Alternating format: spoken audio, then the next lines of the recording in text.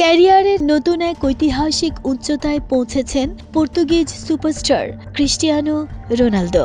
২১ ফেব্রুয়ারি রাতে Saudi pro লিগের ম্যাচে আল হাজমকে ৪-০ গোলে উড়িয়ে দেয় আল নাসের। সেই ম্যাচে ইতিহাস গড়ে ৫০০ গোল করার কীর্তি গড়েন রোনালদো। বিশ্ব ফুটবলে যা এক অনন্য মাইলফলক। স্মরণীয় এই ম্যাচে জোড়া গোল করেন ৪১ বছর বয়সী ফরওয়ার্ড। প্রথম গোলেই ৫০০ গোলের মাইলফলক স্পর্শ করেন তিনি, আর দ্বিতীয় গোলের মাধ্যমে সেই সংখ্যাকে নিয়ে যান ৫০১-এ। মাইলফলক ছোঁয়ার পর নিজের অনুভূতি প্রকাশ করতে গিয়ে রোনালদো সংবাদ মাধ্যমগুলোকে বলেন, আমি খুবই সুখী।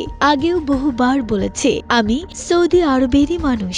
এই দেশ আমাকে আমার পরিবার ও বন্ধুদের দারুণভাবে সম্মান দিয়েছে, গ্রহণ করেছে। এখানে আমি সুখে আছি, ভালো আছি এবং এখানেই থাকতে চাই। লিগ শিরোপা নিয়ে আশাবাদী কণ্ঠে তিনি আরও বলেন, সবচেয়ে গুরুত্বপূর্ণ বিষয় হলো আমরা লিগ শিরোপার জন্য চাপ তৈরি করে যেতে চাই।